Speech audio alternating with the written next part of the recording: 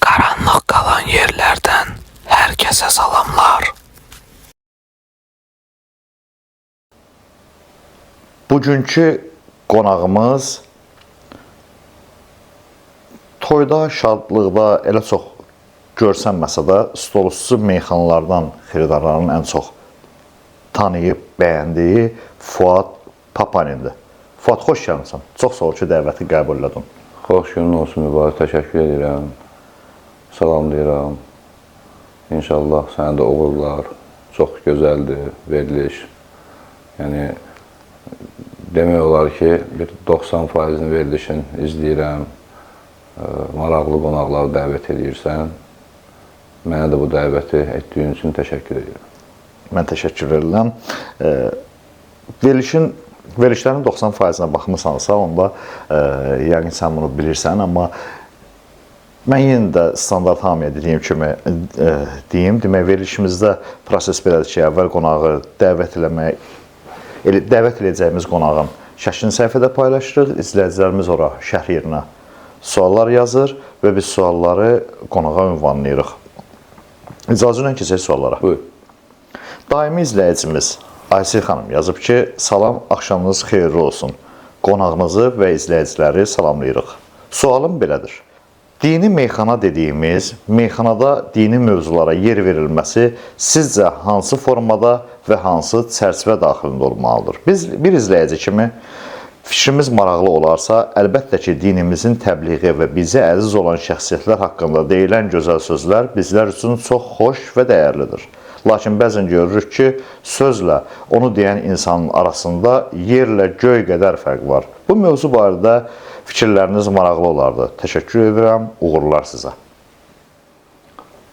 Mən də salamlayıram. Çox sağ olsunlar suala görə. Əslində, din mövzusunun meyxanaya biraz aid olunmağı bu əslində bir bölgü yaradıb, belə deyək, kütlə arasında da, hətta meyxana deyənlər arasında da belə bir bölgü yaradıb. Bir qism əslində bunun tam əleyhinədir, bir qism əslində tam formada elə istədiyi də, çünki özünün də maraq dairəsində olan bir mövzudur deyə işıqlandırmağı, canlandırmağı yəni öz sənətində, öz şeiriyyatında normal bilir. Qaldı ki, bir insanın dini mövzularda meyxana deyib, əməllərində tam əksini eləməyi, yəni bu tək meyxana camiyyəsində deyil. Yəni biz hansısa bir aktyorun, hansısa bir incəsənət nümayəndəsinin və yaxud tam əksinə hansısa bir müəllimin, hansısa bir rəssamın fikirlərinə qulaq asanda heç kim onun araşdırmır gündəlik həyat tərzini və yaxud məşğul olduğu işləri. Mən düşünürəm, söz istəyən insan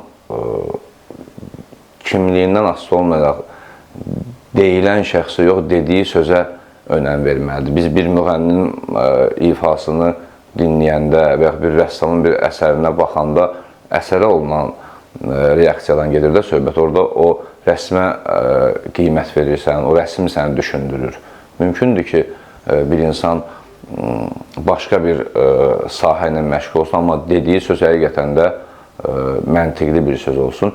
Bir də dini mövzu belə bir mövzudur ki, yəni bu məsələlər yazılmış, baş vermiş hadisələrin bir qəlib halına salınıb deyiliş formasıdır. Yəni, düşünürəm, söz əgər xoşdursa, bəyənilirsə, yəni, qulaq asıb, yəni, söz əhli ona qulaq asıb, öz istədiyi şeyi götürdüsə, ona kifayət edir. Bu, yəni, televiziya verilişi deyil, burada rahat məsəlsin, demək olar ki, meyxana deyənlərin çoxsu ilə münasibətin var deyə, rahat-rahat müzakirə edirik. Zaten veriliş əlimizdədir, yəni, alınmayan hissələrini kəsib çıxarda da bilərik, amma mənim özümün yanaşmamı deyim, sualın cavabı ilə işim yoxdur, çox da gözəl cavablandırdım. Bəzən özüm də çox iştirak edirəm, sən də buna şahidsən və çox izləyici şahid ki, içki məclislərində elə adamların adlarını çəkirlər ki, xanım sualda verdiyi kimi. Məsəl üçün, mən düşünürəm ki, Peyğəmbər sallallahu sağ olsaydı, razı olardım ki, Əhl-i-Beytin adı o içki məclislərində çəkilsin. Yəni, bəzən çox yersiz yerdə çəkirlər.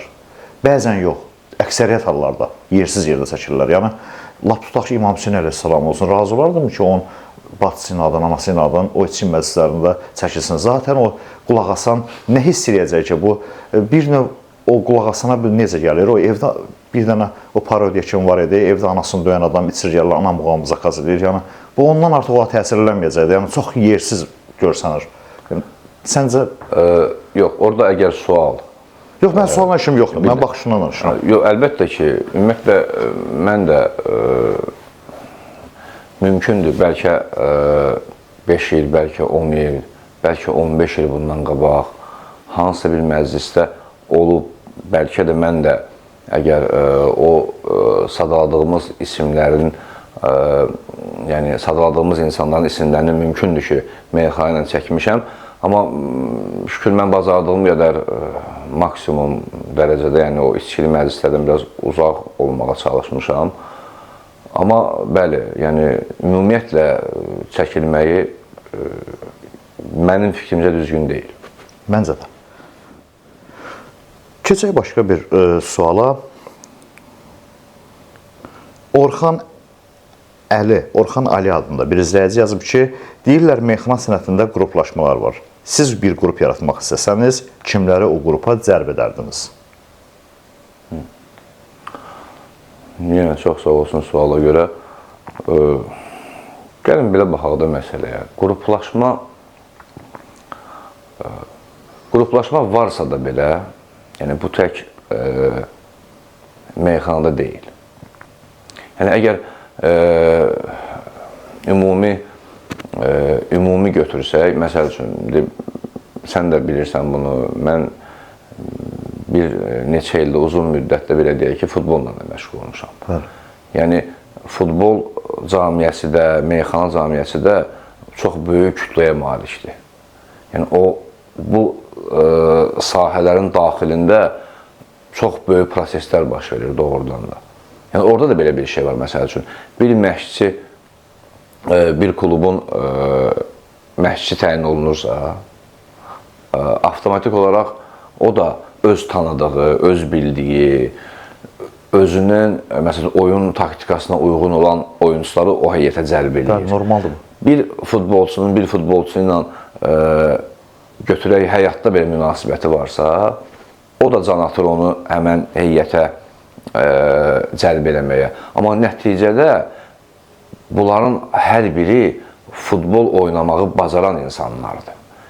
Mümkündür, biri yaxşı, biri mükəmməl, biri biraz səviyyə baxımından aşağı. Yəni, meyxanada da belə deyək də, qruplaşmanın biraz, yəni, gəlin belə danışaq da, mən toy sahibiyəm. Mən məclisində görmək istədiyim meyxana deyənləri birbaşa əlaqəyə keçib çağırmaq, yəni, iqtidarına malikəmsə, hansı qruplaşmadan söhbət edə bilər? Yox, əgər bir meyxana deyənin öhdəçiliyinə buraxılırsa, digər meyxana deyənlər də o danışsın.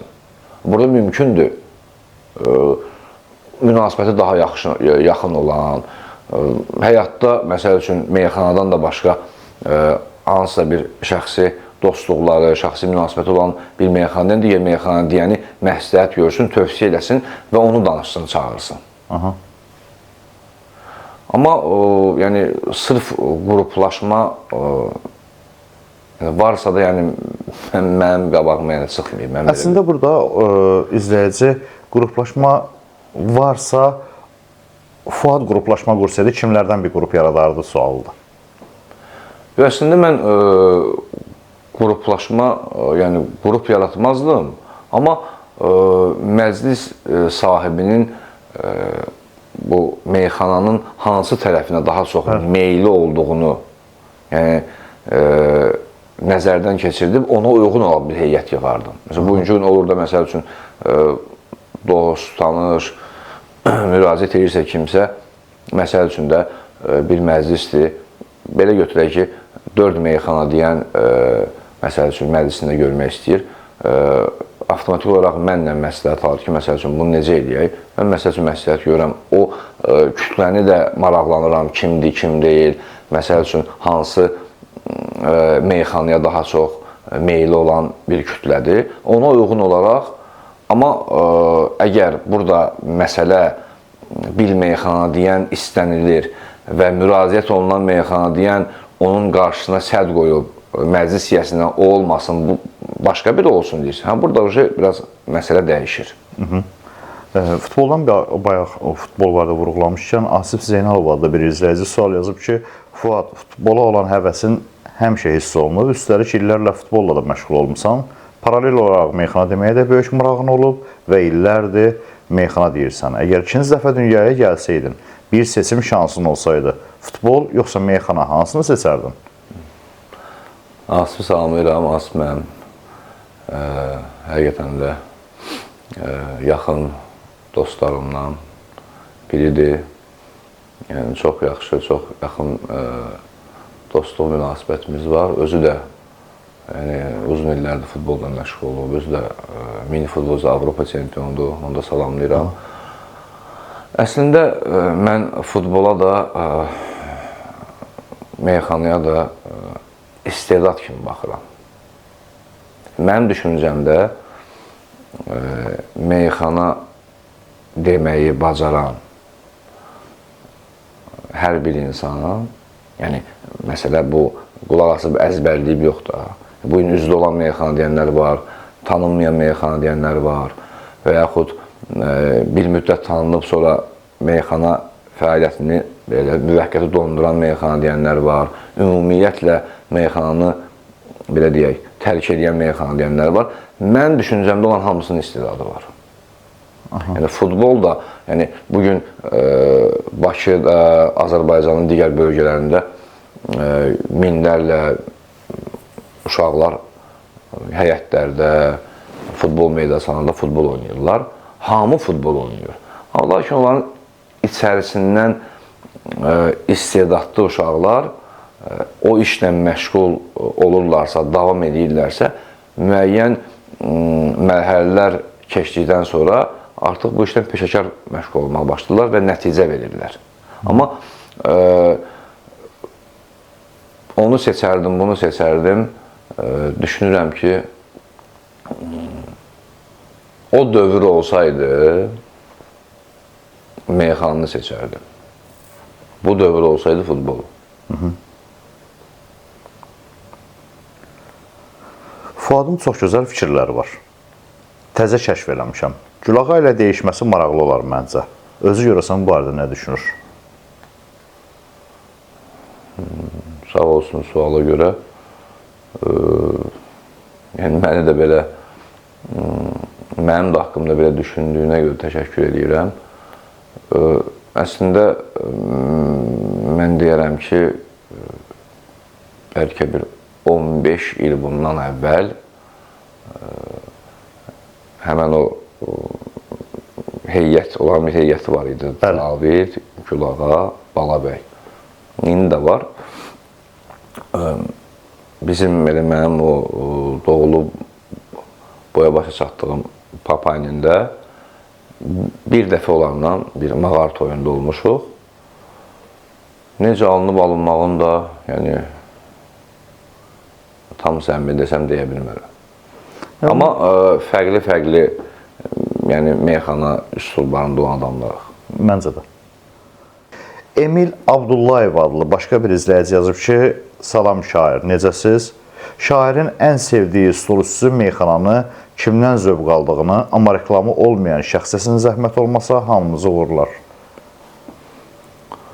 Belə deyil də, mənim üçün bir çox, bir neçə meyxana deyən var ki, stol üstü meyxanalarını bəyənirəm. Belə üzdə olmayanlardan danışırsa, deyə bilərəm biri Əsəd var. Ordubaddır. Biz yenə deyirəm, bir 10 il, 12 il, bəlkə də 15 il bundan əvvəl Azərbaycan edilən yerdə, orada uzun müddət bir yerdə əyləşmişik, meyxana demişik. Elvin var, rəssam. Onu da sən də tanıyırsan. Tanıyıram. Yəni, şirin, gözəl, yəni bugünkü gün reklamı üst səviyyədə olmayan, heç deyərdim orta səviyyədə olmayan, reklamı orta səviyyədə olmayan, amma maraqlı, şirin meyxanalar olan, yəni 2 nəfər məsəl üçün də Elvin rəssamla Əsəd Ordubad deyərdim. Vüqar adlı başqa bir izləyici yazıb ki, 30 illik dostum, qardaşım, sinif yoldaşım, mərd oğlan Fuad. Sualım budur. Vəfat edən hansı 3 ustad sağ olsun istərdim? Bir meydanda söz demək üçün. Çox sağ olsun. Vüqarı da salamlayıram. Vüqar mənim sinif yoldaşım olub. Allah dünyasını dəyişən bütün sənətkarlara rəhmət eləsin. Qalanlara can sağlığı versin. Bu yaxınlarda da elə meyxana camiyyəsində böyük bir itki oldu. Maşdağalı Kərim dünyasını dəyişdi. Allah rəhmət eləsin. Əslində, bu suala belə cavab verim də, meyxana deyə bilmədiklərimin adını çəkim. Kimdən ki, meyxana deyə bilmirsin. Allah rəhmət eləsin. Kərim Maşdağalı ilə qismət olub. Mən bir 14-15 il bundan əvvəl bir neçə toyda meyxana demişəm. Allah rəhmət eləsin. Xırdalanlı Aydınla olub meyxanalarını demişəm. Vüqar Beləcəri, Cəbri, Allah rəhmət eləsin. Ondan da olub. Hətta Allah rəhmət eləsin, Mir Sadıq Maşdağa ilə da uzun illər bundan əvvəl olub. Üçünün adını çəksəm, bir deyərdim Məşəd Baba, Allah rəhmət eləsin. İkinci deyərdim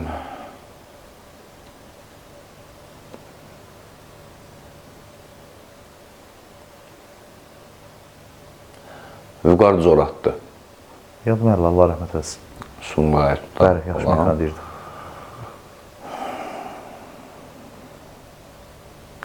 Üçüncü əslində, yəni tam səmimi deyəcəm də, yəni stol üstü meyxanadan gelirsə söhbət, Elçin Altava. Allah rəhmət eləsin. Allah rəhmət eləsin. Başqa bir izləyici yazıb ki, salam. Fuad əvvəllər məzəli və sərt meyxanalar deyən bir meyxanaçı olub. Sonradan dinə olan bağlılığı onu uzun müddət meyxanadan uzaqlaşdırdı. Bir neçə ildir ki, yenidən meyxana deyir. Çox qabiliyyətli və əxlaqlı insandır. 2001-2007-ci illərdə stolüstü meyxanada hoqqa verirdi. Sual. Səncə meyxananın məktəbə ehtiyacı varmı? Fəqan Babayev. Fəqanı da salamlayıram, sağ olsun.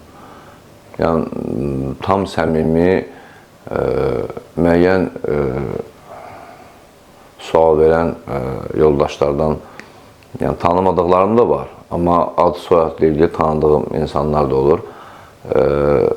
Fəqan Babayev də mənim sinif yoldaşım olub. Meyxanaya doğrudan da marağı olan insandır. Bizim 2001-2007 o illər arası adlarını çəkməyəcəm, müəyyən meyxana deyən yoldaşlarla bir məkanlar olurdu, orada əyləşirdik, çox meyxanalar demişik. Fəqan da onların belə canlı şahidi olan insanlardan biridir. Qaldı məktəb mövzusuna. Yəni, məktəb, mən belə düşünürəm ki, yəqin o sualda bir sinif otağı, parta, şagirdləri əyləşib, öndə bir müəllim, bu mənada, yəqin ki, o sual bu mənada verilməyib. Amma düşünürəm, bəli, yol göstərən olmağı mütləqdir. Mütləqdir. Mütləq necə mütləqdir? o da həmən o da fərddən asılıdır. Elə insan var, yol göstərən olmayıb həqiqətən. Yəni öyrənməyin müxtəlif yolları var da. Oxumaqla öyrənə bilərsən, yaşayaraq öyrənə bilərsən. Məsəl üçün təcrübə yığa bilərsən, baxıb təcrübə yığa bilərsən. Yəni şərt deyil, mütəmadi olaraq bir insan səninlə məşğul olsun. Elmar Mərdəkanlı salamlayırıq. Sual yazıb ki, Fuad Kərbəlayının dəyişməsi ən gözəl kimlə alınır? Elmar, mən də salamlayıram. Sağ olsun suala görə. Əslində, yəni yalan danışmayacağam. Mən çox da belə dəyişmə meyxanalarına üstünlük verən bir insan deyiləm. Ümumilikdə də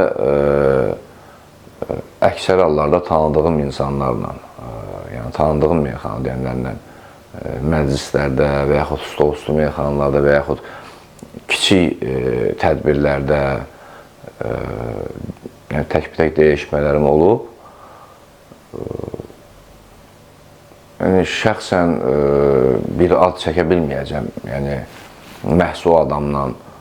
Amma belə özümüz əyləşəndə, oturanda çox olub. Elmarın özü ilə də olub, Elşad Kubinka ilə də olub, Elşadı da salamlayıram. Yəni belə, mən çox da belə dəyişmə meyxanasına üstünlük verən biri deyiləm. Elşadı mən də salamlayıram. Elə Elşad demişkən, Həcc də bura sual yazıb. Çox gözəl fikirdir. Yəqin ki, Fuadla verilişdən danışır. Sualım budur ki, niyə görə meyxana meydanlarına can atmır? Adam çoxluğu olanda demək istəməməyinin səbəbi nədir? Mən də Elşadı bir daha salamlayıram. Elşad həqiqətən də həm meyxana, belə deyək də, meyxana deyənlərin yaxşılıq tanındığı bir simadır.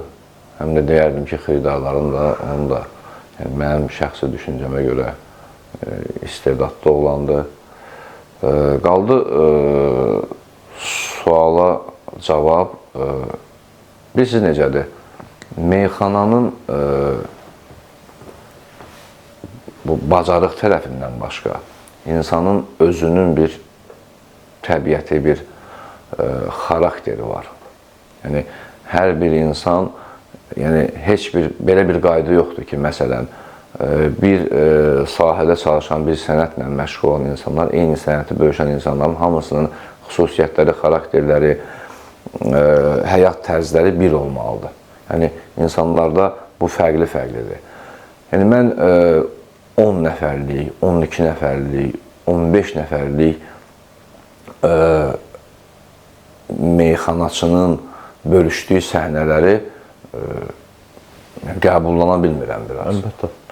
Yəni mən düşünürəm ki, yəni 15 nəfər, 10 nəfər, yəni bu sayla yəni bu kollektiv idman növlərindən yəni məşğul olmaq olar, futbol oynamaq olar. Yəni meyxananın gözəlliyi, mənim üçün meyxanaçıların sayı bir tədbirdə maksimum 6 nəfərdir. Can atmamağımın da səbəbi, çünki mən bunun kənardan öz adıma danışıram, çox da effektiv göründüyünü düşünmürəm. Məsələn, elə məclislər olub, hətta həmkarlarımızın xeyir işi olub. Yəni səhnəyə baxırsan, kimsə meyxana deyil, amma görünmür. Bir görsən ki, səndə bu kolonkanın arxasından deyir. Oradan mikrofonu götürüb, kimdənsə istəyib, verib. Yəni, mən bu səhnəni, özüm həmən vəziyyətdə şəxsən olmaq istəmirəm.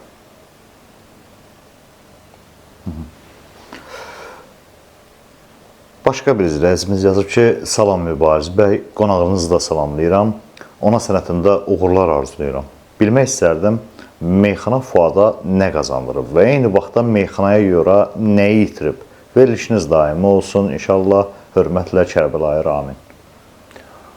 Təşəkkür edirəm, biz də salamlayırıq. Suala görə çox sağ olsun. Bu, düşünürəm, çox meyxana deyənə verilən bir sualdır. qazandırıb sualı, nə qazandırıb sualı məsələnin maddiyyat tərəfidirsə, mən heç bu mövzuda danışmaq istəmirəm. Çünki nə qədər qazandırıb, necə qazandırıb, qazandırmayıb, bu biraz mövzu başqa yerlərə gəlib çıxacaq. Mən Rəhamini illərlə tanıyıram, əminəm ki, maddiyyatı nəzərdə tutmayıb. Gözəl. Maddiyyatı nəzərdə tutmayıbsa, əslində bir neçə yaxşı tanışlıqlar qazandırıb mənə. Ondan əlavə meyxana məsələn, bacarığının özümdə olduğunu məsələn, hiss elədiyim o dövrdən sonra müəyyən məlumatlar, müəyyən sahələrlə maraqlanmaq həvəsi də yaradıb məndə. İstər, məsəl üçün, qəzəl baxımından, istər şeir baxımından. Yəni, söz onsuz da gözəl bir şeydir də. Söz insanları valeh edici bir qüvvədir. Yəni, mən düşünmürəm ki,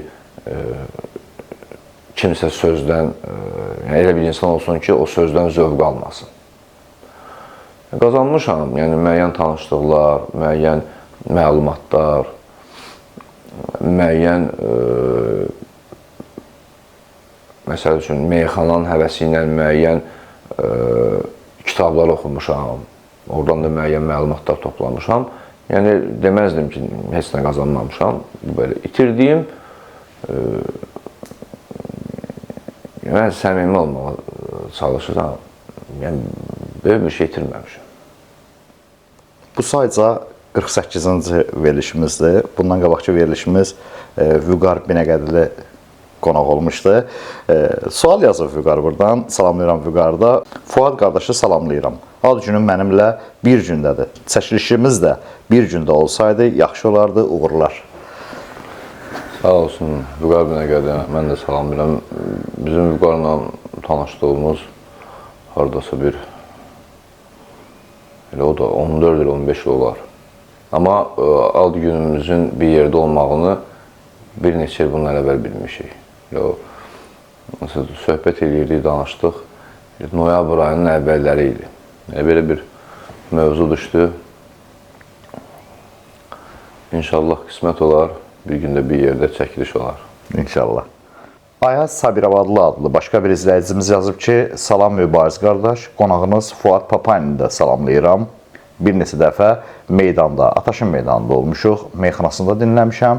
Çox gözəl fikirləri, misranı misraya bağlamaq bacarığı var, çox bəyənirəm. Sualım budur ki, niyə Fuad məclislərdə, efirlərdə görünmür? Çünki efir, ekran məclislərdə olan qədər meyxana təcrübəsi də var, istedadı da var Fuadda. Çox sağ olsun suala görə. Mən bəli, bir neçə dəfə Günəşlidə, Ataşın meydanında bu son zamanlar olmasa da bir neçə il bundan əvvəl bir neçə dəfə olmuşuq dostlarla, yoldaşlarla. Ataşı da salamlayıram. Bilirsiniz necədir? Bu efir ekranda, sualı belə başa düşmür deyilən, efirdə ekranda olan meyxana deyənlər qədər təcrübəsi var, amma niyə görünmür? Yenə də deyirəm, bu suala müxtəlif cavablar vermək olar. Bəlkə də müxtəlif cavab verən insanlar da var. Bir meyxana deyənin yəni hansısa bir məclislərdə, el şənliklərində, tədbirlərdə olmamalı. Yəni mən bunu deyərdim ki, tək öz adımdan yox, həmkarlarım adından deyirəm. Yəni birincisi, yəni mənim düşüncəmdə, hətta tanıdığım insan belə olsun, yəni dəvət olunmayan yerdə mənim nə işim var? Bir. Yəni haqlarına girməyim, çox məclislər olub, bəli.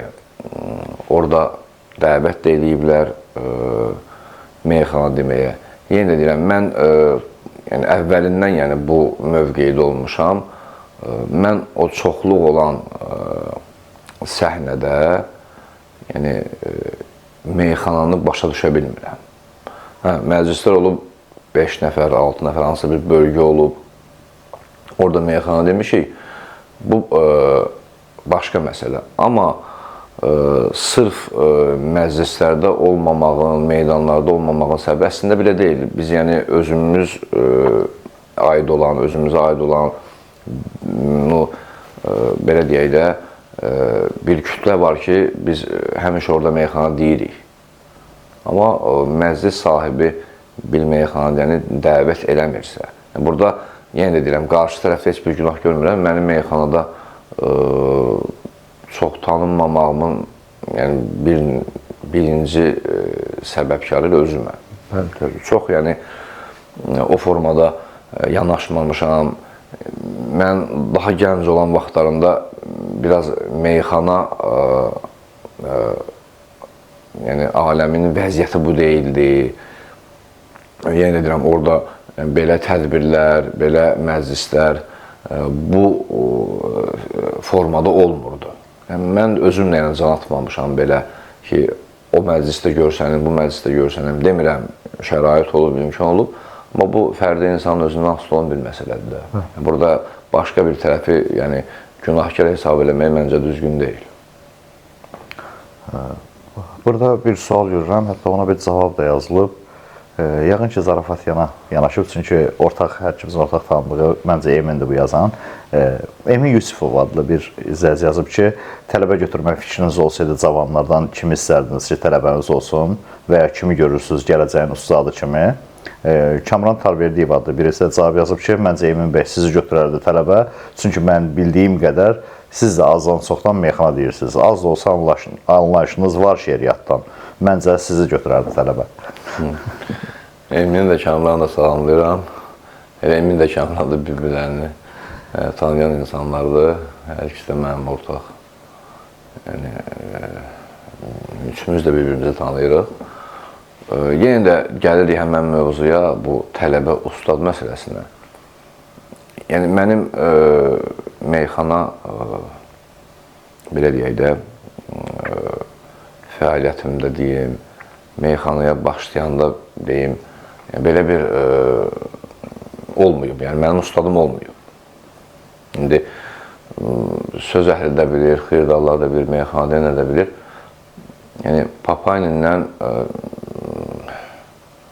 meyxana kimi, yəni meyxana ustadı deyirlər, yəni bu ad altında heç bir insan olmayıb. Mən özümün uşaqlıqdan marağım olub, baxmışam müəyyən meyxana deyənlərə, sonra yavaş-yavaş bir meydan, 2 meydan, belə yəni özümü formalaşdırmışam. Tələbə yox, götürməzdim, götürmək fikrim də yoxdur. Götürməzdim deyim, götürmək fikrim yoxdur. Amma yəni, var olub, məsəl üçün, yəni, bir neçə il bundan əvvəldə, hətta indinin özündə də, müəyyən, məsəl üçün, yaşda, təcrübədə məndən kiçik olan cavan meyxana deyənlər var ki, onlara hansısa bir, belə deyim də, məsləhət olub vermişik. Məsələn, məclisdə müəyyən ifadələrin bəziləri elə bilir, müəyyən ifadələr işlədəndə bu, yəni, buna 50 nəfər əl çalırsa, yəni, bu gözəldir, amma elə deyil. Yəni, birinci növbədə ədəblə, ərkanla, insan dilindən çıxartdığı sözü gərək düşünsün, düşünəndən sonra onu yəni, kütləyə belə təhvil versin. Bu formada olub özümüzdən yaşda kiçik olan meyxanələr hansısa bir məsləhətlərimiz, amma sırf tələbə və yaxud nə bilim, usta belə bir fikir yoxdur. Eminin özünü də götürməzdin? Emini baxımla indi. Çingiz Novruzov adlı başqa bir izləyici yazıb ki, salam aleykum, bugünkü qonağınız Fuad, bizim Fuad. Mənim körpəlikdən bir yerdə böyüdüyüm qardaşımdır. Bütün sualların cavabını bilirəm. Bugün danışmamışıq. Necəsən şair? Salamlayıram Çingizi. Sağ olsun, yaxşı olsun. Çingiz mənim Uşaqlıqdan bir yerdə böyüdüm, dostumdur. Çox gözəl insandır, yaxşı dostdur. Allah canını sağ eləsin, yaxşıyam, sağ olsun. Türxan Quliyev adlı başqa birisi yazıb ki, sənin dəyişmələri canlı çox izləmişəm, əladır, sualım budur. Kimlə dəyişmədə çətinlik çəkmisən? Turxanı da salamlayıram. Turxanla da biz bir yerdə bir komandada futbol oynamışıq. Hətta 2017, 18 yoxsa 18-19-cu illərdə Uluzal üzrə Azərbaycan çempionatının birinci liqasının çempionu olmuşuq bir yerdə. Əslində bilirəm hansı o ana toxunur. Yenə də deyirəm, yəni mənim çox belə sayıca çox olan dəyişmələrim olmadığına görə belə çətinlik çəkdiyim də bir meyxanadan olmayıb ki, yəni ondan meyxana demişəm təkbətək və orada çətinlik çəkmişəm. Demək olar ki, qısa sualları oxudum, bitirdim.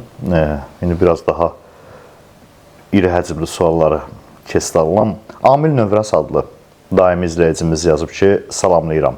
Həm mübariz qardaş səni, həm qonağınız Fuadı. Həm də bu dəqiqə bu yazdıqlarımı eşidən, söz anlayan, meyxana sənətini sevən hər kəsə. Fuad qardaşa sualım belədir. Bu vaxta qədər olduğu məclislərdən ən yadda qalan, özünə ən maraqlı gələn məclis və özünə görə o məclisdəki ən maraqlı qafiyə hansı olub? Uğurlar arzulayıram hər ikinizə. Amil Növrəs. Çox sağ olsun, təşəkkür edirəm. Mən də salamlayıram. Əslində,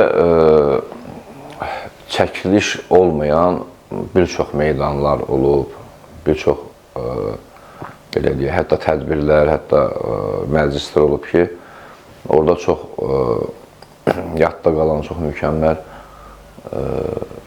meyxanalar olub.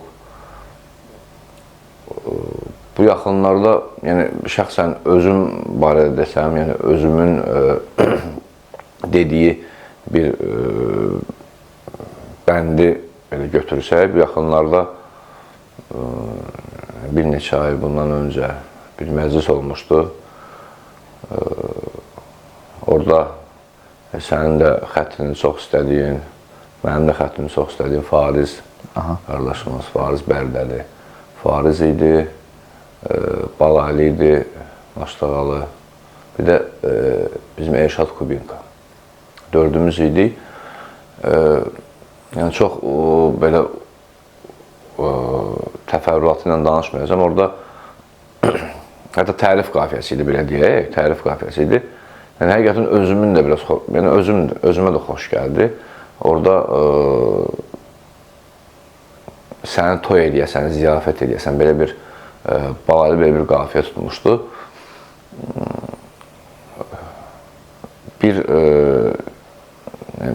Bir neçə dəqiqədən sonra mövzu, Allah rəhmət eləsin şəhidlərimizə, Allah qazilərə can sağlığı versin.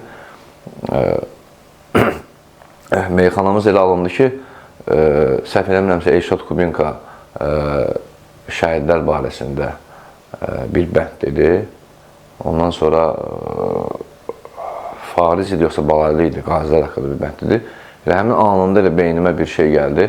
Orada deməli deyirəm ki, şəhid keçməz Azərbaycanından, iş budur tarix yazasan qanunla, torpağın uğrunda keçib canından, vətənə vətən boyda xidmət eləyəsən.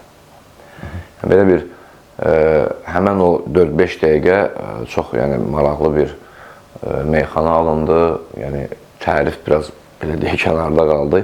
Bu mövzunun üzərində çox maraqlı bir meyxanamız alındı.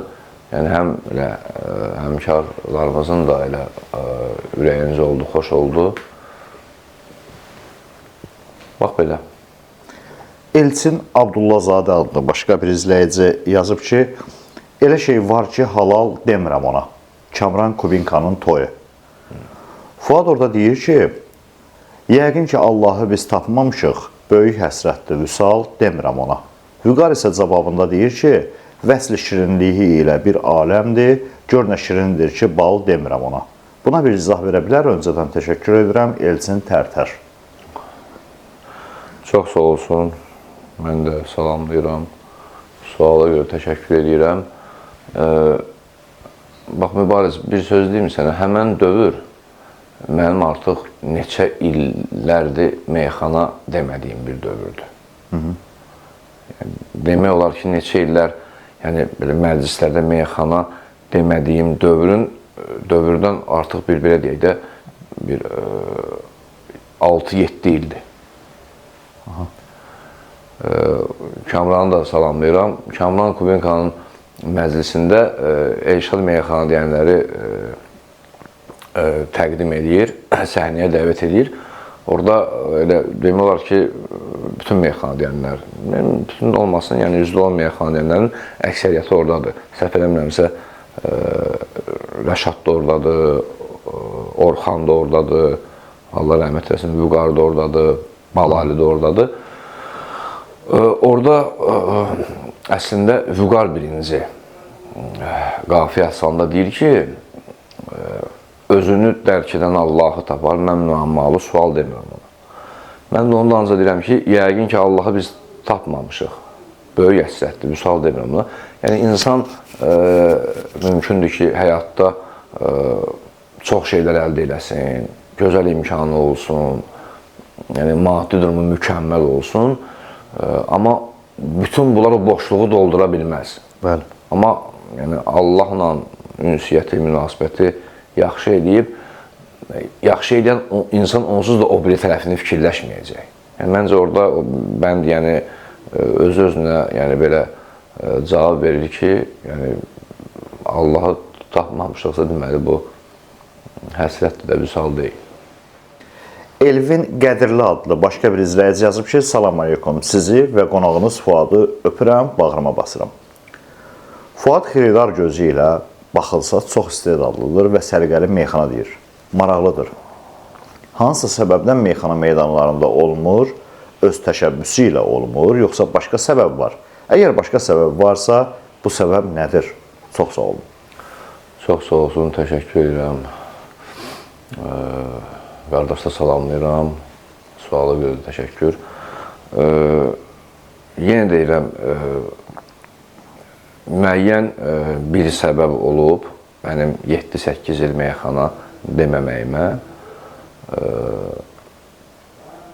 Allah bütün valideynləri qorusun. Yəni, atamın icazəsi olmayıb. Haradasa bir 7-8 il. Qaldı ki, səbəb məsələsinə, bəli, özümün müəyyən məqamlarda həqiqətən də, yəni, biz meydanlar o vaxtları əyləşmişik.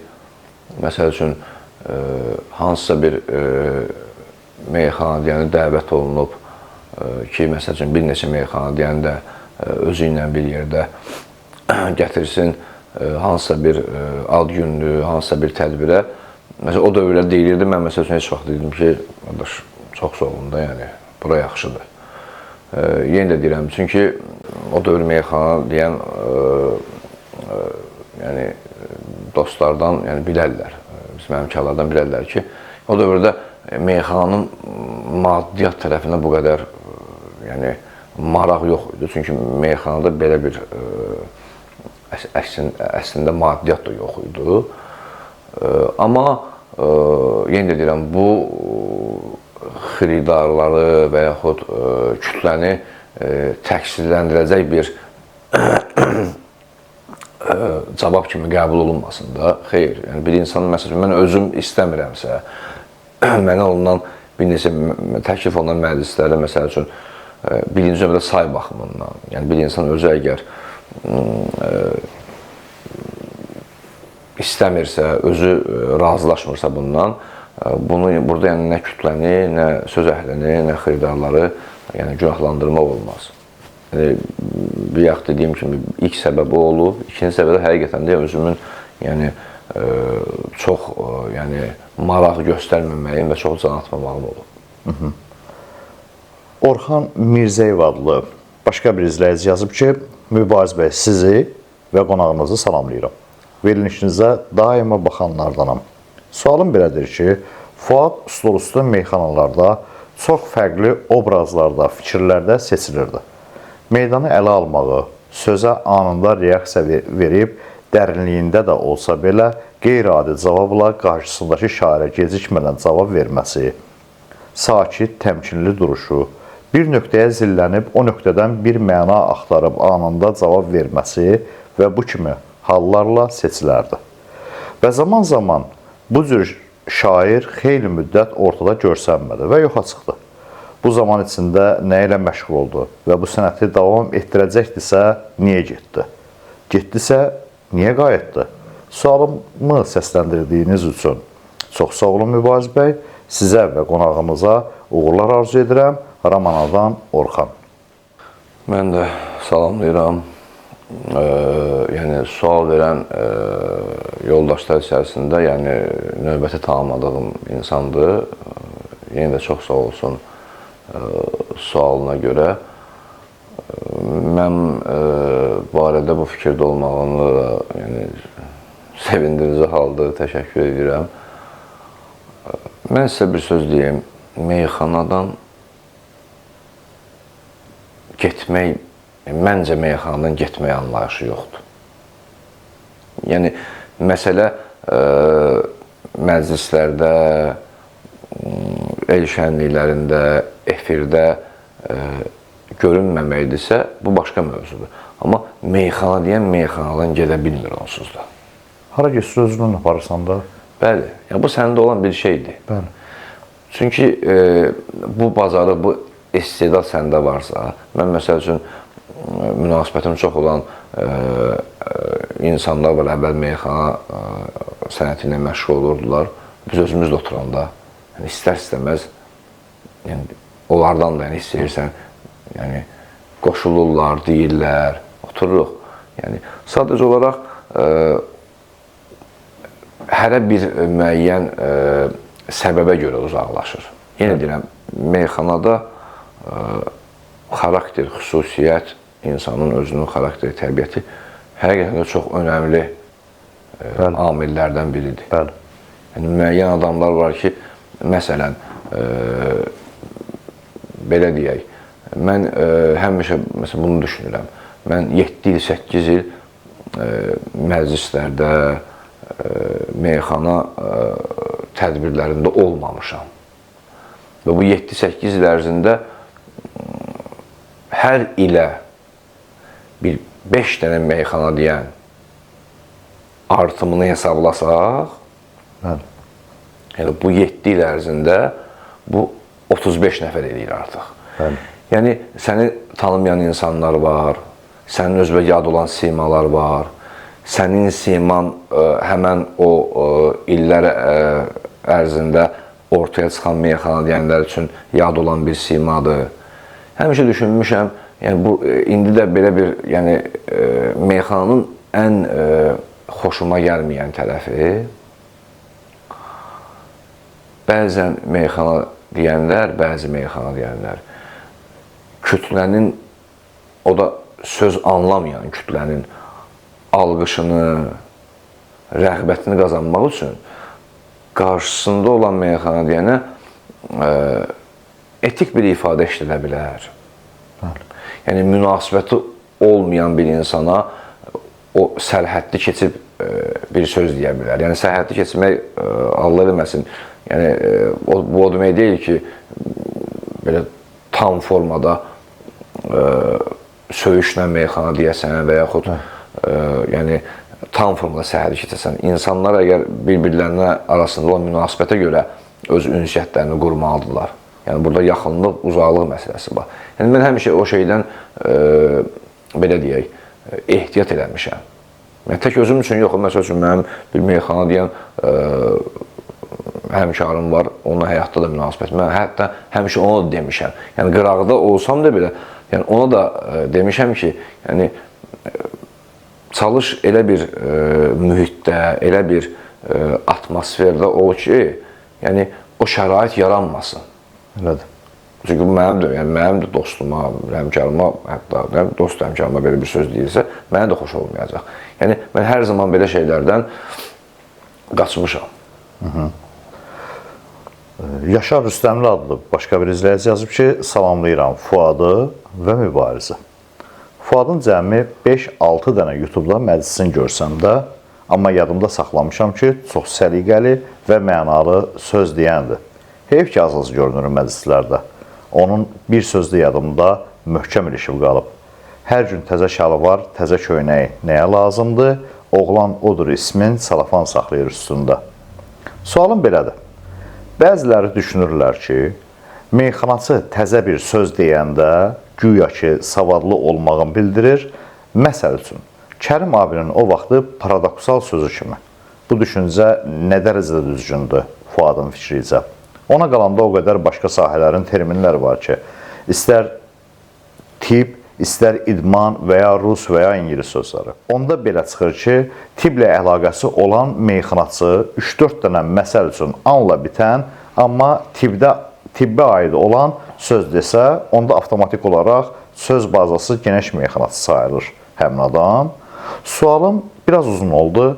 Ümid edirəm ki, izah edə bildim. Sözümün canın, Allah köməyiniz olsun. Yaşar Rüstəmli. Mən də salamlayıram Yaşar qardaşım. Bunu qeyd eləyəcəm, yenə də tanımadığım sual verən yoldaşlardan biridir. Belə başa düşdüm ki, Yaşarın yəni belə deyək, yaddaşında səliqəli, biraz belə fikir meyxana deyən bir meyxanası kimi yadda qalmışam. Çox sağ olsun. Onun hər gün təzə şalvar, təzə köynəyi nəyə lazımdır olan odur ismini salafan saxlayır üstündə. Bu bizim belə deyək, biraz bu məclislərin, toyların olmadığı bir dövr idi. Bizim bir dostumuz var. Həmən dövrdə o belə meyxana məclisləri təşkil edirdi. Bəli. Sağ olsun. Yəni, onun meyxana deyənlərini bir 60-70% tanıyır. Deyərdim ki, çox belə maraqlı bir yer idi. Yəni, yəqin özündə həm olmusan, həm də belə izləmirsən. Yəni, demək olar ki, çox meyxana deyənlər ora gəlib, çox cavanlardan,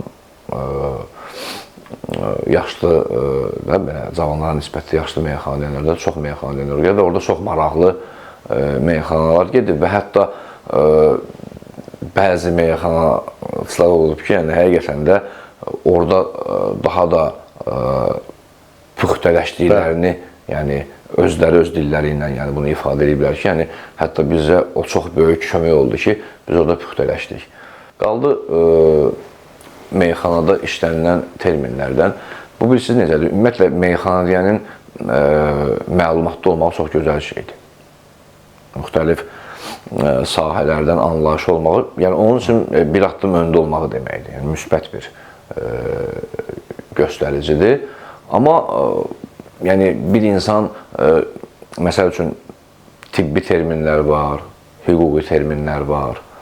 Yəni, məsəl üçün, hüquq sahəsində işləyən insanların, məsəl üçün, öz aralarında danışıq tərzləri, müxtəlif istifadəli terminlər var ki, yəni, bunu mütləq deyil ki, bir meyxana deyən bunu bilsin. Yəni, bilmək, bəli, onun üstünlüyüdür. Amma bu o demək deyil ki, yəni, biz bilik çoxluğu, yəni, məlumatın çox olmalı, poeziya demək deyil də. Bəli. Yəni, poeziya başqa bir şeydir. Məsəl üçün, bir insan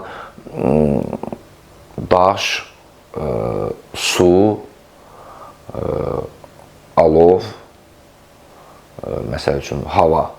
Məsəl üçün, bu 4 sözdən istifadə edib bir poeziya qoya bilər ortaya. Sən 50 dənə tibbi, hüquqi termini işlət. Yəni, sən o poeziyanı orada göstərə bilməyəcəksən. O sadəcə məlumat çoxluğudur ki, yəni, sənin bu sahədə məlumatın var. Bizdə meyxana deyənlər var, məsəl üçün, istərində rus dilini yaxşı bilənlər var, hətta ingilis dilini bilənlər var. Meyxana deyən yoldaşlar var ki, məsəl üçün, tarixi gözəl bilənlər var. Yəni, bu onsuz da fərd olaraq hər bir insanın, yəni məlumat çoxluğu, yəni bilik çoxluğu bunun özünün xeyrinədir və onu yəni bir addım öndə eləyir. Amma yenə də deyirəm, bunu yəni poeziya ilə bir tərəziyə qoymaq olmaz. Bəli, elədir. Məncə Fuad, xiridar da dediyin kimidir, meyxanaçı kimidir. Məsələn, bax, başqa meyxana verişləri var. Ara sıra çıxır qarşıma. Məsələn, meyxananı tənqid edən səhifələr var, meyxananı tərif edən səhifələr var. Məsələ burasındadır ki, hamısı özünü xiridar kimi göstərir. Yəni, məncə xiridar bu fanatın anlamağa çətinlik çəkdiyi nədir? Bəhirləri hamısını bilirsənsə, sən xiridar sayılmırsan. Xiridar sözü tanımalıdır. Yəni, savadlı olmaq xiridar demək deyil də. Yəni, o da bir şərtdir. Amma savadlı olmaq xiridar demək deyil də. Adam var ki, məsələn, bir səhifə var, o məndən bəhirləri əla bilir. Məsələn, kimin bəhirdən çıxdığını, neylədiyini hamısını rahat bilir. Amma söz tanımaq başqadır. Məsələn, xiridar var ki, mən toylarda da, hələ lap uşaq vaxtlarımdan da elə adamları xiridar kimi tanımışıq ki, böyümüşəm, artıq o adamlarla münasibətim yaranıb, elə sözə əl çalıb ki, mənim onun barədə olan o fikirlərim olub, onu o qədər ki, cəmaat böyüdü və mən cəmaata baxıb mən böyütmüşəm, oradan özünü çırpıb yerə. Ki, adam sözü tanımır. Nə olsun bəhərdən çıxdığını bilir. Yəni, bu böyük bir şey deyil. Yəni, meyxanadan var ki, istedadı yoxdur, amma bəhərdən çıxmır. Ritmdən düşür. Sən də ritmdən tutursan ki, bu oradan çıxdı. Yəni, məncə bu fanat da tuta bilir. Bəli, bax, belə məsələ də ondan gedir ki, bir meyxana həvəskarı, meyxanaya qulaq asan insan oradan hərə öz istədiyini götürür. Məsələn, əgər bir insanın, məsələn, poeziya duyumu varsa, bəli, o bir roman da oxusa, bir şeir də oxusa, o tərkibdə olan poeziyanı o alacaq ondan. bəli. Yəni, o baxmayacaq orada bəhər qırıldı və yaxud heyeca burada çox idi, orada az idi. Sadəcə olaraq bunun ikisini bilən adam, Bəli. yəni, bax, nə qədər çox bilirsənsə, bir məsələnin dərinliyinə bir o qədər gedirsən. Yəni, məlumatlı olmağın səni belə sövq edir onun dərinliyinə getməyə. Elədir. Məsələn, gözəldir, məsəl üçün, bir insan poeziyanı bilir, həm, məsəl üçün, bu ölçüləri bilir. Bəli. Bu, məsəl üçün, gözəl bir şeydir. Amma xiridar fanat məsələsində biraz şey var. Necə deyim sən, düşüncə fərqliliyi var. Niyə görə? Çünki xiridar üçün sözün hikmətli sözün, ibrətli sözün, Çəkisi olsun. kim tərəfindən deyildiyi önəmli deyil. Təbii ki. Çünki onun qarşı tərəfdən almaq istədiyi sözdür. Elədir. Mübariz dedi, Fuad dedi, Elədir. bir digər bir şəxs dedi. Yəni, fərq eləmir onun üçün. Amma, məsəl üçün, bir insana qarşı sənin simpatiyanın artmağı, məsəl üçün, gəlib o dərəcəyə çatdıra bilər ki, sən həmən meyxana deyənlə başqa bir meyxana deyən arasında bir meyxana olanda, tutaq ki, onlar dəyişirlər. 51-in 49-u olsa, o 1% sən gözübə görsənmir, çünki sən fanatsan. Elədir. Amma gəlir orada fərq 70-in 30-u olsun ki, Sən o görə bax. sən onu ayıra biləsən. Elədir. Yox, və ayırmağa məcbur olasan, çünki burada artıq aşkar görünür də. Yəni, onun üçün, yəni, xiridar üçün, məsəl üçün, mən futbola heç vaxt bir kluba görə baxmıram. Mən baxıram futbola. Bu gün məndən sual versin ki, məsəl üçün də azarkeşlik dediyim bir klub var. Məsəl üçün də belə. Yox. Amma mənim öz maraqlarım var da, məsəl üçün. Mən iki güclü klub bir-biri ilə oynayanda otururam futbola baxıram. Futboldan zövq alıram. Tanımadığım bir oyunçunun da müəyyən məsəl üçün də ötürdüyü bir məsəl üçün pas ola bilər ki, mən baxım bir də verim arxaya baxım. Yəni çünki mənim istədiyim oradan o gözəlliyi almaqdır. Yəni xiridarla fanatın da fərqi bundadır. Yəni, xidar onsuz da istədiyini alırsa, Bəli. o ona öz reaksiyasını göstərir. Bilirsən, meyxana deyənlər də cürbəcürdür, məsələn, amma mən ən çox xiridarların davasını aparıram. Məsələn, adamlar özlərini o qədər yaxşı xiridar kimi dər burasına ki, adamlar özlərini o qədər o cür təqdim edib və bəhərləri necə bilir, onu o qədər nümayiş etdiriblər ki, izləyicilər də artıq onu xiridar kimi bilir. Hətta elə məclis olur ki, onun əl çaldığı şeyə əl çalırlar. Amma yanlış şey əl çaldığı da olur da, artıq onu elə fanatlar onu elə bir öndə gedən kimi bilirlər də. Məsələn, o adam əla bilir ki, burada Kamran Xırdalanlı Bəhərdən çıxdı, yoxsa Oktay Bəhərdən çıxdı. Amma gəl yan-yana qoyaq, Kamran Xırdalanın sözə toxunuşu ilə Oktayın sözə toxunuşu eynidir. Yox, Oktay sözlə necə davranmaq lazımdır, onu bilən tək-tək meyxanaçılardandır. Rastsan yəqin ki, mənə. Kamranın da xətti əzizdir. Kamran Xırdalanın... Mən ərk eləyib onun adını çəkirəm. Kamran Xırdalanın düşünürəm ki, özünə də sual verirsən. Bəli. Oktay barəsində, çox müsbət fikirdə olan bir insandır, mən belə düşünürəm. Yenə də mən başa düşdüm, sən demək istəyirsən ki, bir insanın müəyyən müddətdən sonra o özünü o statusla gətirib çıxartmağı digər insanlarda təsirini göstərir. Artıq məsəl üçün insanlar düşünürlər ki, bu insan məsəl üçün meyxana barəsində 50% nəsə bilirsə və bu baş verən hadisəyə reaksiya bildirirsə, müsbət reaksiya. Biz də müsbət reaksiya bildirək. Uzağı niyə gedirik? Açıb baxsaq, YouTube-da o qədər meyxanalar var ki, eşitmək olmur meyxana deyən nə deyir. Bir sual çıxır ortaya. Yəni, 3 dəqiqə, 4 dəqiqədə meyxana başlayıb. Bu qışqırıq, bu, belə, necə deyim sizə, bu ajitaj nə üçündür? Yəni, insanlar avtomatik olaraq, mən belə düşünürəm ki, söz verilib, qulaq asmalısan, söz tamamlanmalıdır. Təhvil almalısan, reaksiya bildirməlisən. Qısa analiz elədin, reaksiya verirsən. Yəni, anında da məsəl üçün, müəyyən məsələ var ki, məsəl üçün, ola bilər birinə anında çatdı, birinə 5 saniyə sonra çatdı. Yəni, bunun işimiz yoxdur. Amma neçə meyxanalar var ki, mən eşitmirəm heç ikinci, üçüncü sətri. Və yaxud birinci ayağa, məsəl üçün, durdu meyxana deyən başladı, məsəl üçün, aləm dəydi bir-birinə. Bu, düşünürəm, xiridar, məsəl üçün, belə eləmir. Xiridar əyləşir, ümumi meyxanaya qulaq asır, sənə də qulaq asır, mənə də qulaq asır, digərinə də qulaq asır. Onsuz da özünə xoş olan, o gözəl sözü eşidəndə reaksiyasını bildirir.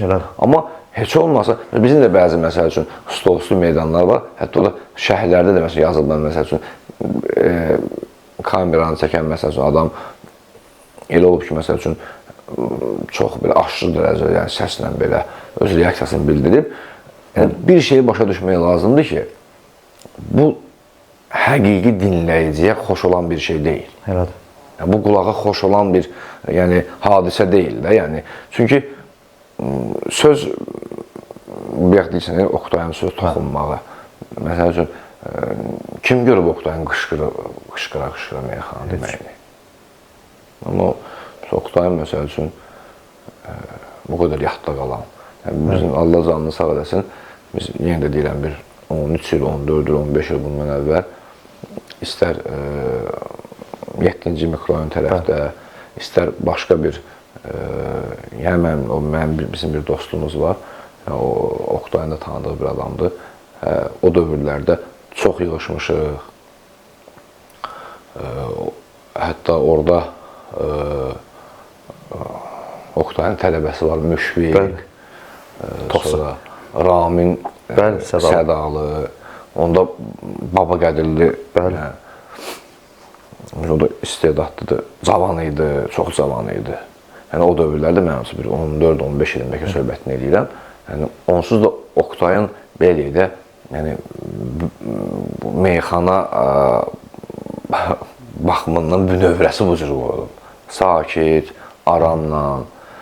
Amma sual versəm, yəni, poeziya baxımından əlbəttə ki, hamı bilir ki, Oktayın yəni, poeziya duyumu hansı dərəcədədir.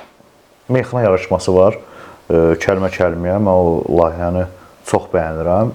Qüsur, hər yerdə qüsur var zaten. Elə Oktay demişkən, Oktayın o bir misrası var şey. Tək o tanrıdır eyibsiz, ona xasdır hər gözəllik, hərənin bir eybi varsa, hamı eybəcər deyilmi? Amma elə şey var ki, onu tənqid edərsən, tənqidə açıq olmayan sahələr, açıq olmayan adamlar var da, tənqid edərsən, o adam fəaliyyətini dayandırar, geri çəkilər. Elə adam var ki, ondan ibrət götürər, daha da güclənər. Ona görə tənqid eləyəndə də gərək hansı formadan, necə yanaşasan adama ki, incitməyəsən, orası var. Bəzən elə olur ki, meyxana səhifələri var ki, deyir ki, ay filan kəs və ay mübariz. Niyə filan şeyi tənqid eləmirsiniz? Müəyyən bir kütləyə sahibi, 3-4 nəfərik ki, bu meyxana barədə veriş hazırlayan 3-4 nəfərik, niyə tənqid eləmirsiniz?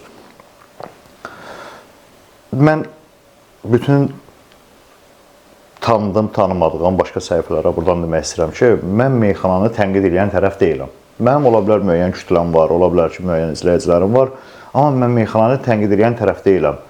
Mən bu verilişi açanda qarşıma bir, hətta Şirzad Əmgildə getdim, biraz oturduq, danışdıq ki, mən meyxananın yaxşı tərəflərin gələcəyə daşınmaqdır niyyətim. Kamera arxasında oturmuşam, mən məşhur olmaq üçün bir sevdam, bir arzum, istəyim yoxdur. Sadəcə meyxananın yaxşı tərəflərini daşıyaq. Fuad Papanin stolçusu çox yaxşı fikirləri var, çox yaxşı meyxana deyir. Amma siz bu adamı tanımırsınız. Buyurun, təqdim edirəm da, tanıyın və girin, yazın Fuad Papanin. Məsələn, mənim köməkçi bir meyxana səhifəm var, alternativ meyxana. Girin orada baxın Fuadın meyxanalarına. Yəni, mən meyxananın yaxşı tərəflərini önə çəkməkdir. Başqa bir yoldaş səhifələr var ki, onlar pis tərəflərini göstərirlər. Onlar da özlərində haqlıdırlar, mən özümü haqlı sayıram burada. Tənqidə bilmirəm, məsələn, Fuad, sən tənqidə açıqsan, xoşun gəlir tənqid olmasan və yaxud tənqid eləməyi bacarırsan? Mən bu mövzu haqqında yaxşı oldu bir söz demək istəyirəm. Mən düşünürəm ki, çox gözəl olardı meyxana daxilində baş verən prosesləri meyxana deyənlər özləri tənqid eləyərdi. Bu avtomatik olaraq bir nizam-intizamın yəni başlanmağından xəbər verir. Başlanğıcından xəbər verəcək. Çünki, məsələn, gəl belə danışaq da, biz səninlə dostluq edirik. Sənin münasibətin əgər dostluğa qarşı səmimidirsə və sırf burada həqiqi dostluqdan gelirsə söhbət, sən istəyərsən ki, mənim hansısa bir nöqsanımı, hansısa bir xətamı birinci növbədə sən düzəldəsən. Bəli. Çünki sənin mənlə dostluğun mövcuddur və mənim bu xətanı digər bir 5 nəfərin yanında eləməyim avtomatik olaraq sənin mənimlə də münasibətimə bir təsiri var. Yəni, meyxana deyən insanların bir-birlərinə qarşı o sözü qəbul edib və haqlı tənqidi qəbul edib, nəticə çıxarmalar daha gözəl olar. Bugünkü biraz Hamı bunu görür. Biraz o meyxana deyənlərin özlərinin də arasında müəyyən bir hansısa bir belə deyək də anlaşılmazlıqlar var və yaxud bir-birlərinin sözlərini qəbul etməmək tərəfləri var. Mən düşünürəm, meyxana özünü tənqid edib bir nəticə çıxartsa, digərləri üçün də bu bir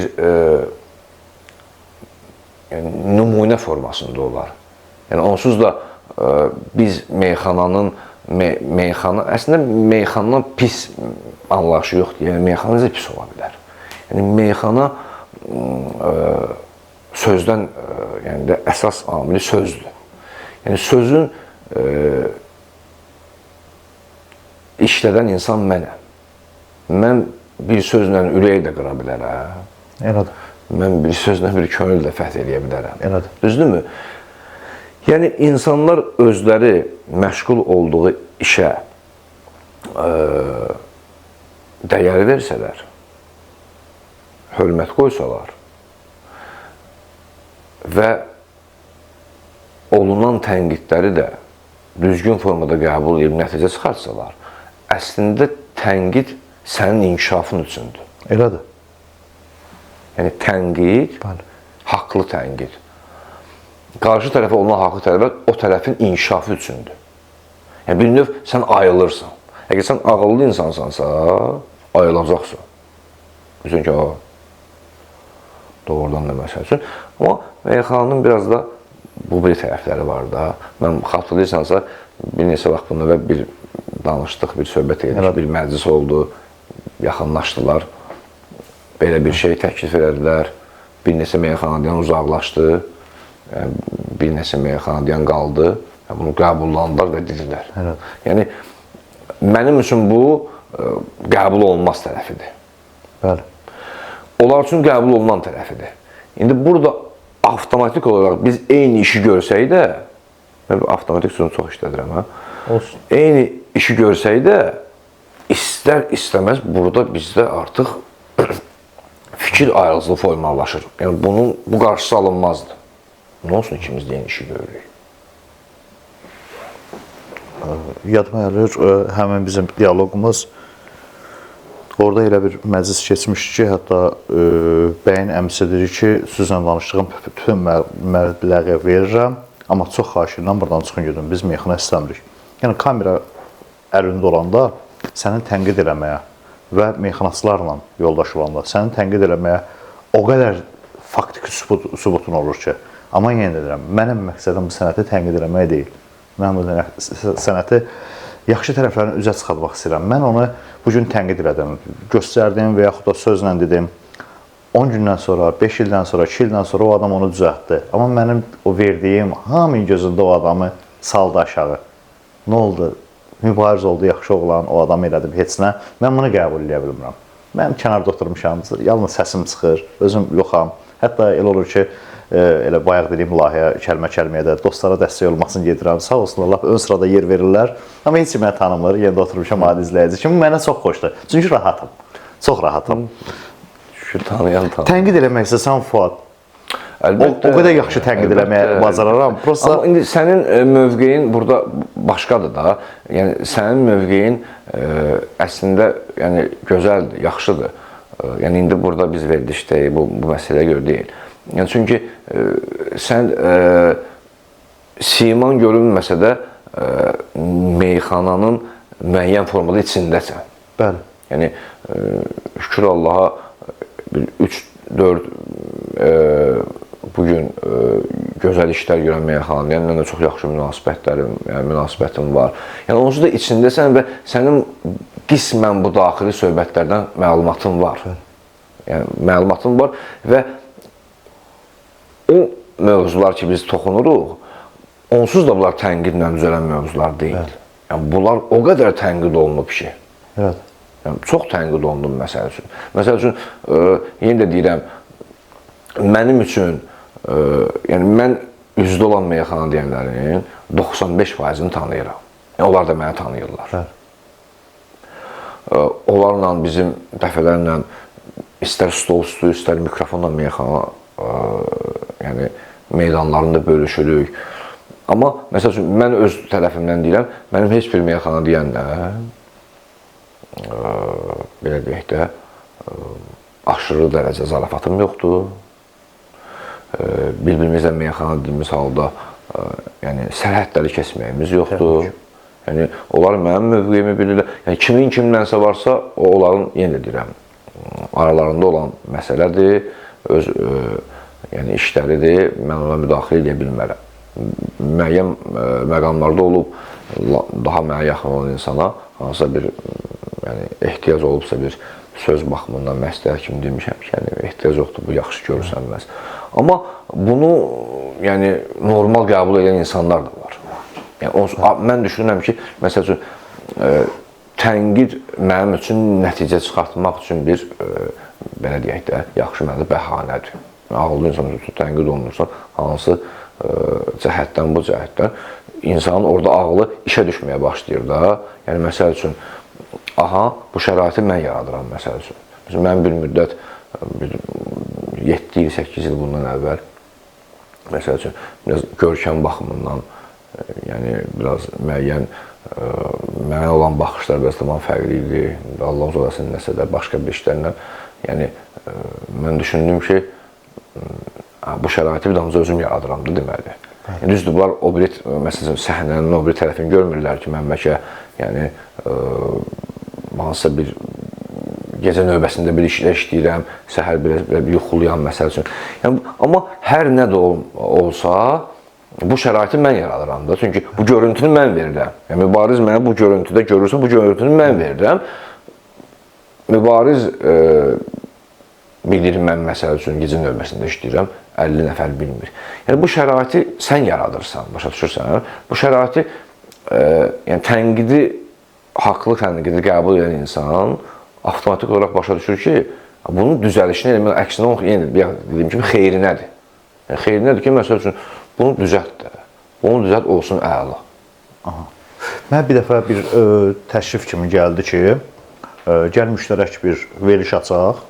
İstəyirsən görsən, istəyirsən görsən, özün bilərsən. Tənqid eləyək.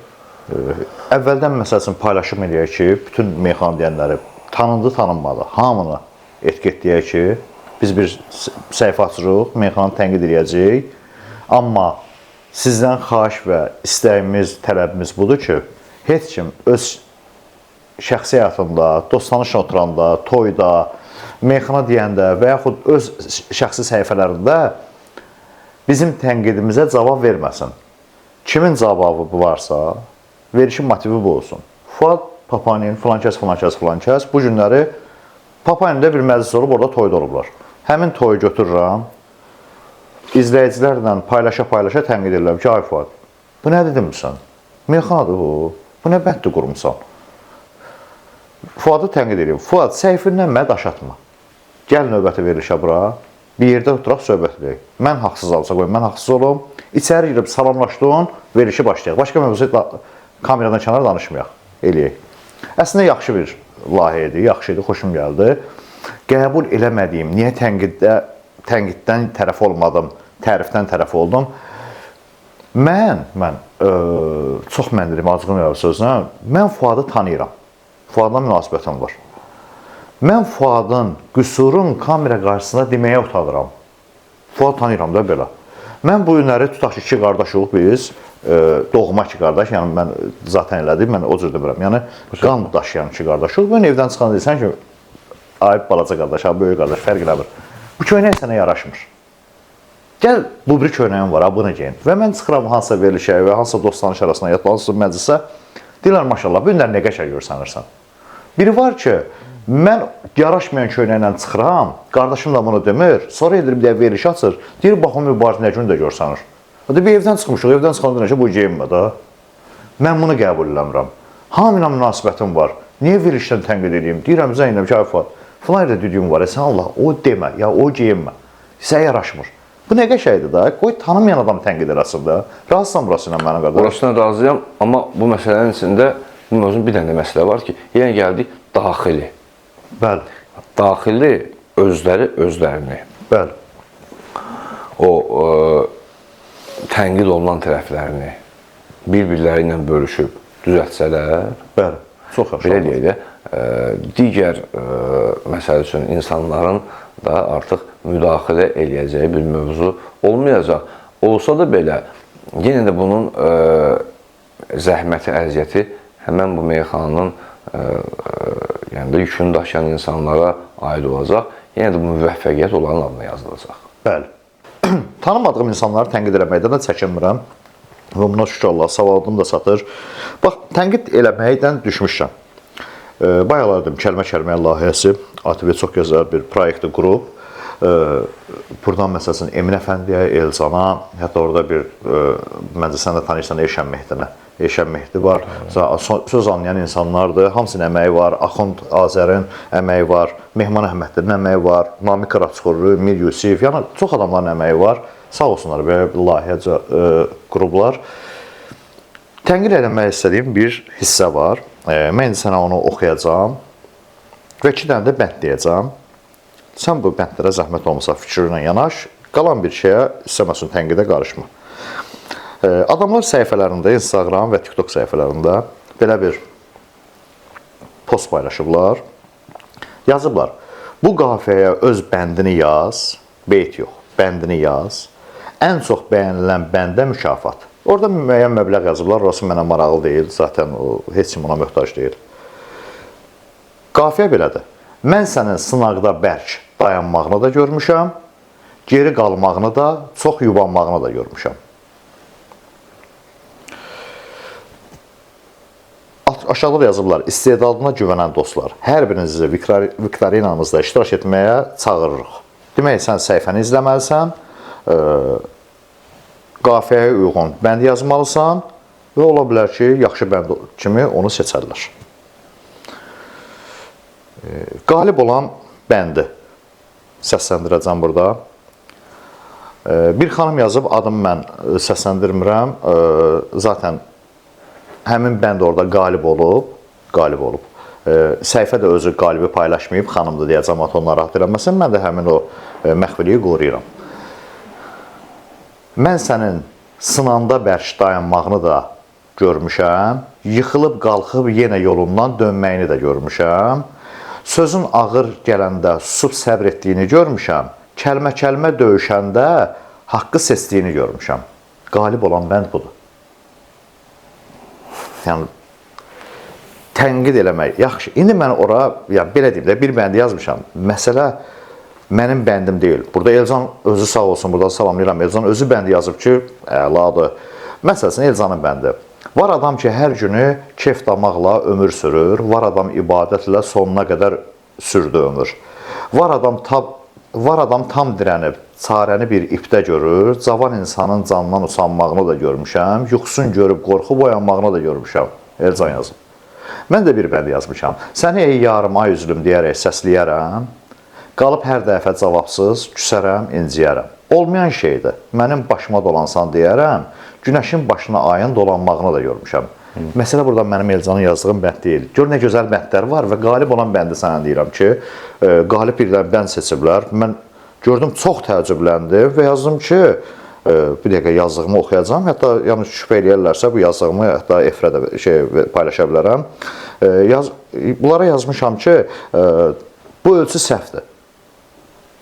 Necə bunu seçə bilərsiniz? Yazıblar ki, biz xüsusi olaraq, kəlmə-kəlməyə səhifəsində yazıblar, biz xüsusi olaraq seçməmişik. Rəy tələblərə uyğun gəlib. Yazmışam ki, hansı kriteriyalara uyğun seçirsiniz? Yazdığınız qafiyənin ölçüsündən çıxılıb burada.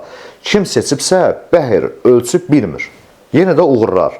Demək, cavab yazıblar ki, səhifəni izləmək, paylaşım bəyənmək, ən çox like toplayan şərhi yazmaq.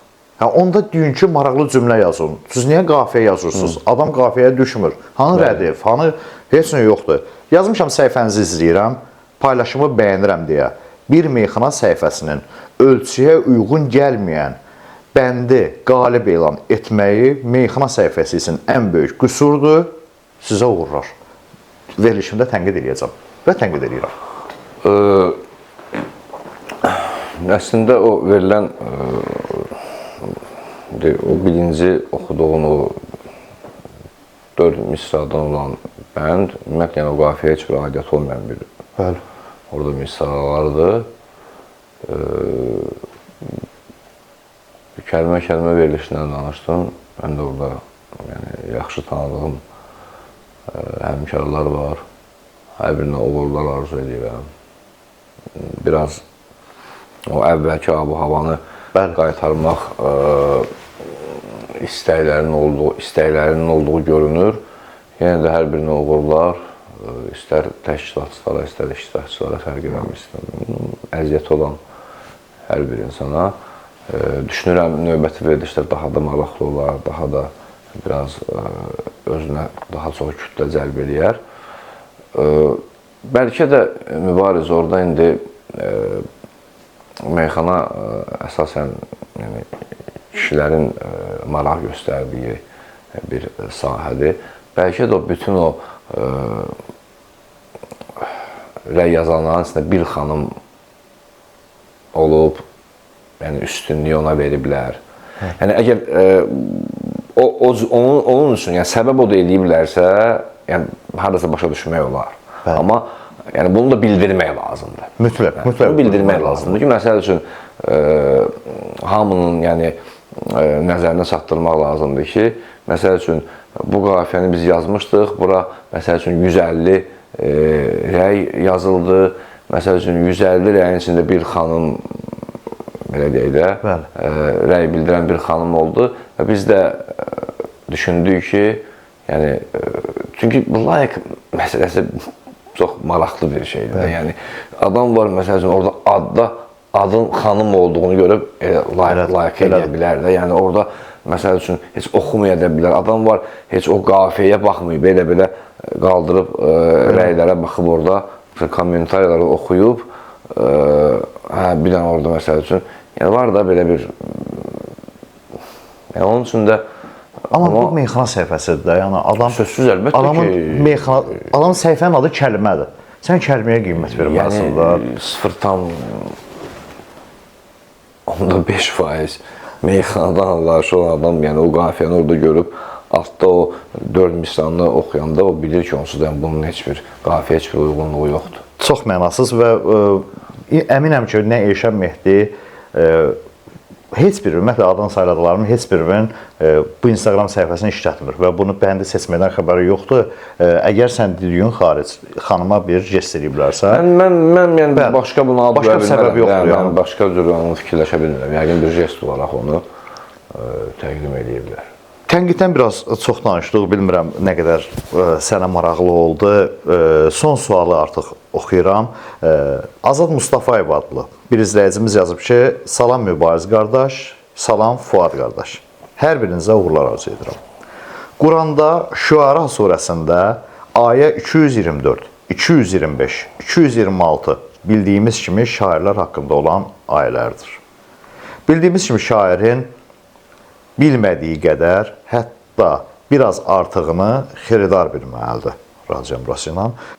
Şübhə etmirəm ki, Fuad qardaş bunları yaxşı bilir. Sualım budur ki, siz bir meyxana meydanında, hansı ki orada bir çox bildiyimiz irfanla bağlı, Əhl-i Beytlə bağlı bir çox fikirlər deyən şairlər olub, qafiyə bu idi ki, qısa deyəcəm, biləcək Fuad, cəm olmaz qafiyəsi, olmaz rədifi ilə. Fuad qardaş bir söz deyir orada. Allah haqqında son misranı yazacam, biləcək. Elə bir ayə var, həm olar, həm olmaz. Fuad qardaş, məqsədim sizin sənətinizi və elminizi inkar etmək, aşağı görmək deyil və ya etmək deyil. İndi bu dediyiniz sizin məntiqinizin məhsuldur, yoxsa Qurandan ayə? Cavabı aydın şəkildə açıqlamanızı istəyirəm bir xeridar kimi. Bir daha təşəkkür edirəm. Sual yaxşı sualdır, maraqlı sualdır. O məclis də bizim, belə deyək, stol-üstü meyxanada yetəri qədər marağa səbəb olan bir məclislərdən idi, bir yaxın dostumuzun doğum günü idi. Həqiqətən də çox gözəl məclis keçdi. Mən özüm də baxmısansa, elə meyxana deyənlərdən də demək olar ki, fərqli-fərqli üslubda, öz belə də bəzisində böyük, bəzisində kiçik, özlərinin dəstxətli olan meyxana deyənlər idi. O qafiyədə bəli, belə bir mən belə bir şey deyirəm ki, hökmü xuda yeşd danılmazdı bil. Elə bir ayə var. Həm olar, həm olmaz. Əslində, cavab elə sualın özündədir. Belə deyək, orada sual belə olur ki, öz məhsuludur, yoxsa mən biraz yəqin ki, fikrini tam aydın formada çatdıra bilməyib həmən yoldaş. Orada sözsüz ki, mənim həmən an beynimə gələn bir fikir. Məsələn, orada həm olar, həm olmazı müxtəlif formada məsəl üçün demək olar. Məsəl üçün demək olar ki, orada üçüncü misranı məsəl üçün gətirib bunu bu cür həm etmək olar, həm olmaz. Yəni bu formada sual vermək olar. Amma yəni belə bir ayə yoxdur ki, yəni həmən bir ayənin içində bir mövzudan danışılsın və bunu həm etmək olar, həm etmək olmaz orada ifadəsi işlənsin. Bəli, indi əgər o yoldaş məsələnin biraz dərinliyinə gedib, məsəl üçün belə bir danışmağım da belə bu din mövzusunda, Quran ayəsi barəsində danışmağım da belə böyük kimi çıxmasın. Yəni, bəli, müəyyən ayələr var ki, sonradan gəlib bir ayənin əvəzinə, yəni, amma o onu inkar eləməyib. Elədir. Yəni, inkar eləməyib. Yəni, daha da onu, məsəl üçün, təkmilləşdirilmiş forması olub, daha da, yəni, məsələn, şərab üzr istəyirəm, 3 yerdə gəlir. Birində yazılıb ki, şərab qılan vaxtı namaz qılmayın, sonra şərab içən vaxtı namaz qılan yerə yaxınlaşmayın, sonra şərabçısa haram buyuruldu, içməyin. Bəli. Yəni, bax, bu bir ayədə həm eləyin, həm eləməyin yoxdur. Bəli, həm fərqli-fərqli. Bəli, fərqli. Mən orada məsələn desəydim ki, elə ayələr var ki, bir şey həm olsun, həm olmasın. Bəlkə onda bir irad bildirmək olardı. Amma burada bir ayədən söhbət gedir və yəni elə bir ayə yoxdur ki, orada bir hərəkət həm olar, həm olmaz. Normal. Qaranlıq qalan yerlərdən hər kəsə salamlar. Fuad, izləyicilərin verdiyi bütün suallar bitdi, amma verilişin adından göründüyü kimi qaranlıq qalan yerlər ki, biz 48-ci verilişi çəkirik səninlə bir yerdə. Verilişin ənənəvi cəmi bir sualı var. Digər suallar hamısı izləyicilərin suallarıdır. Qonağın qaranlıq qalan tərəfi.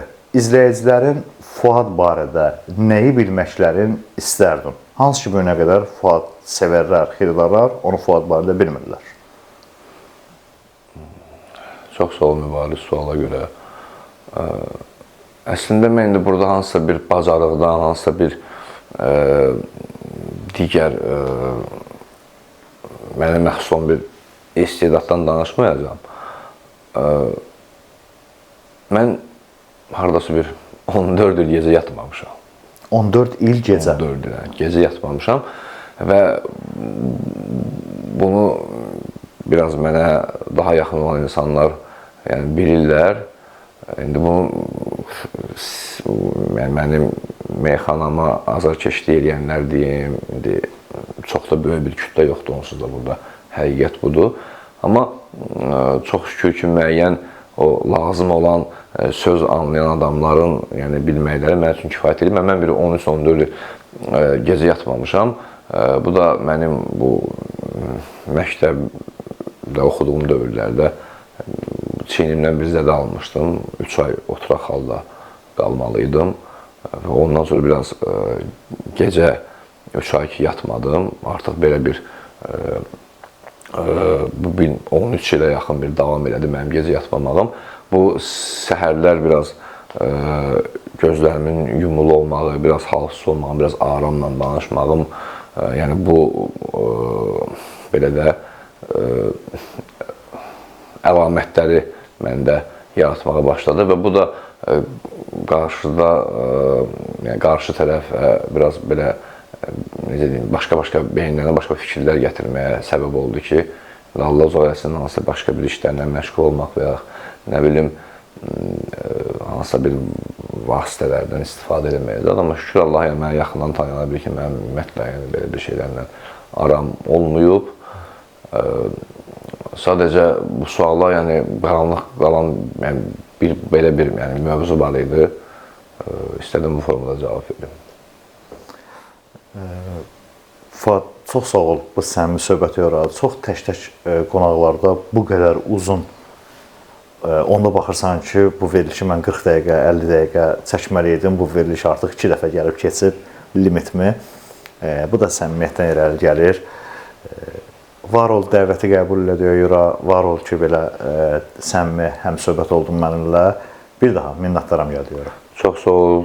Mən də qarşılıq olaraq sənə təşəkkürümü bildirirəm. Yəni, bu verilişdir, bu meyxana mövzusudur. Bunların hamısı bir yana. Yəni, çox uzun müddətlə bir tanışlığımız olmasa da mən də həqiqətən də sənin xətrini çox istəyirəm. Yəni, birinci növbədə özümə görə, ikinci növbədə mən də kənardan sənin biraz təbiətinin, düşüncənin hansı formada olmağını, yəni ortaq dostlarımızın, yəni belə deyək də, hesabına kənardan da olsa ilk növbədə müşahidə eləmişəm, sonra özümüzün bir münasibəti yaranıb. Mən də səni doğrudan tam səmimi qarşıladığın üçün, tam səmimi söhbət alındığı üçün təşəkkür edirəm, var ol. Sənə də bu meyxananın inkişafı yolunda müvəffəqiyyətlər arzu edirəm. İnşallah uğurların bol olsun. Minnətdaram. Çox sağ ol.